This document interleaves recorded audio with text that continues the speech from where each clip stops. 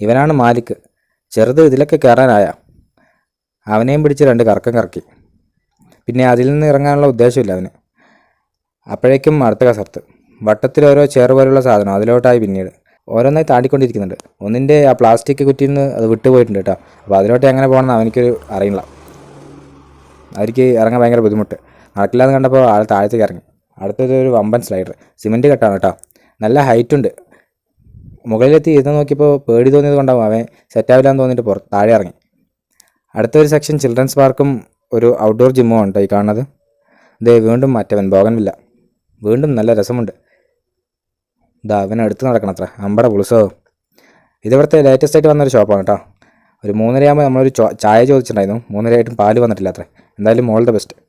ഇതാ കുട്ടികളുടെ ഒരു ബോട്ടിങ്. ഇത് ലേറ്റസ്റ്റ് ആയിട്ട് വന്നതാണ് തോന്നുന്നു കേട്ടോ.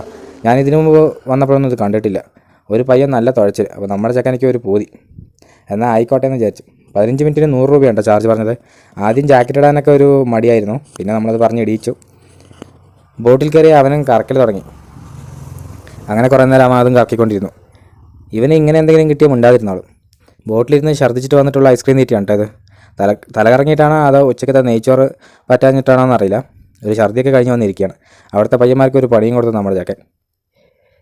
ഇനി കുറച്ച് നേരം റെസ്റ്റ് ആവാം. ഒരു ബെഞ്ച് ഊഞ്ഞാലി കയറി ആടാൻ തുടങ്ങി. നമുക്ക് സെറ്റായില്ല കേട്ടാ. തലകറങ്ങണ പോലെയൊക്കെ തോന്നി. ഞാൻ വിട്ടു. ആർക്കൊക്കെ ഊഞ്ഞാലി കയറിയാൽ തലകറങ്ങുന്ന അസുഖമുണ്ട് ഈ ബ്രോക്കൺ ഹാർട്ട് ഒന്ന് കമൻറ്റ് ചെയ്യാം കേട്ടോ. ഇതിൽ കയറിയിട്ടാണ് സ്കൈ സൈക്ലിങ്ങും സിപ്പ് ലൈനൊക്കെ പോണത് കേട്ടോ. സൈക്ലിങ്ങിന് 200 രൂപയും സിപ്പ് ലൈന് 100 രൂപയുണ്ട് ചാർജ് വരുന്നത്.